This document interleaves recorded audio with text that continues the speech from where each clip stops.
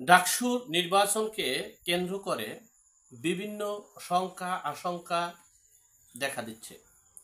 যে সরকারি ক্ষমতায় থাকুক না কেন, ডাকসুর নির্বাচন নিয়ে তারা একটা খেলনা খেলে। যখন খেলনা খেলতে ব্যর্থ হয় তখন ডাকসু নির্বাচন বন্ধ করে দেয়, আর নির্বাচন দেয় না। সাবেক যারা থাকে তারাই চালাইতে থাকে।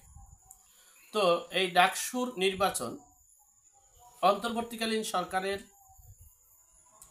এই অধীনে ডাকসু নির্বাচন হতে যাচ্ছে।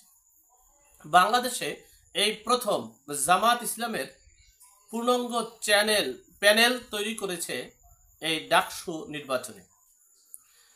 সেখানে বিএনপিও ছাত্রদল প্যানেল দিয়েছে আলোচিত, সবার দলমত নির্বিশেষে সবার প্রিয় ওমামা ফাতেমা। তিনিও একটা নির্দিষ্ট প্যানেল তৈরি করেছেন, অলরেডি কমপ্লিট। আগামীকালকে সংবাদ সম্মেলন করে প্রকাশ করবেন। তো এই ডাকসুর নির্বাচনটা মূলত রাজনীতির বাহিরেই পছন্দ করে। ছাত্ররা যেমন রাজনীতির বাহিরে একজন প্রতিনিধি চায়, যে এখানে এমন একটা প্রতিনিধিত্ব থাকবে যারা আমার দলের মিছিল মিটিংয়ে যাইতে হবে, ডাকসুর পরে আবার মিছিল মিটিংয়ে যাইতে হবে, রাজপথ দখল করতে হবে, শাহবাগ দখল করতে হবে, বিভিন্ন ইস্যু আছে। সেই ইস্যুকে কেন্দ্র করে বিভিন্ন ধরনের আশঙ্কাও দেখা দিচ্ছে। ইতিমধ্যেই ডাকসু নির্বাচন না হওয়ার পরিকল্পনা প্রায় ফাঁস। ডাকসু নির্বাচন এজন্যই বন্ধ হতে পারে যে ঢাকা বিশ্ববিদ্যালয়, আপনারা অনেকেই জানেন, দলের রাজনীতিতে সম্পৃক্ত থাকে সর্বোচ্চ 10% ছাত্ররা, আর বাকি 90% ছাত্ররা রাজনীতির সাথে সম্পৃক্ত থাকে না, সরাসরি না। তারা সরাসরি কমিটিতেও থাকে না।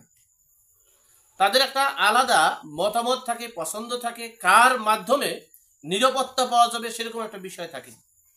টোটাল জরিপ করে দেখা গেছে ওমামা ফাতেমা যদি ভোট হয়, যদি নির্বাচন হয়, ভোট হয়, আর যদি রহিমের ভোট যদি করিমের কাছে যদি ডিক্লেয়ার না দেয়, তাহলে ওমামা ফাতেমায় একা যে ভোট পাবে, 2 জন প্রার্থী সেই ভোট পাবে।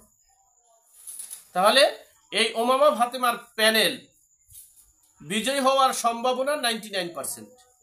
সেই বিজয়কে কেন্দ্র করেই একটা বিশৃঙ্খলার সৃষ্টি করা যাচ্ছে, দেখা যাচ্ছে, অনুভব করা যাচ্ছে, যে বিশৃঙ্খলা করে এই ডাকসুর নির্বাচন বন্ধ করার পায়তারা করছে। আপনাদের একটু স্মরণ করিয়ে দেই, যদি এই ডাকসু নির্বাচন বন্ধ করে, তাহলে দেখবেন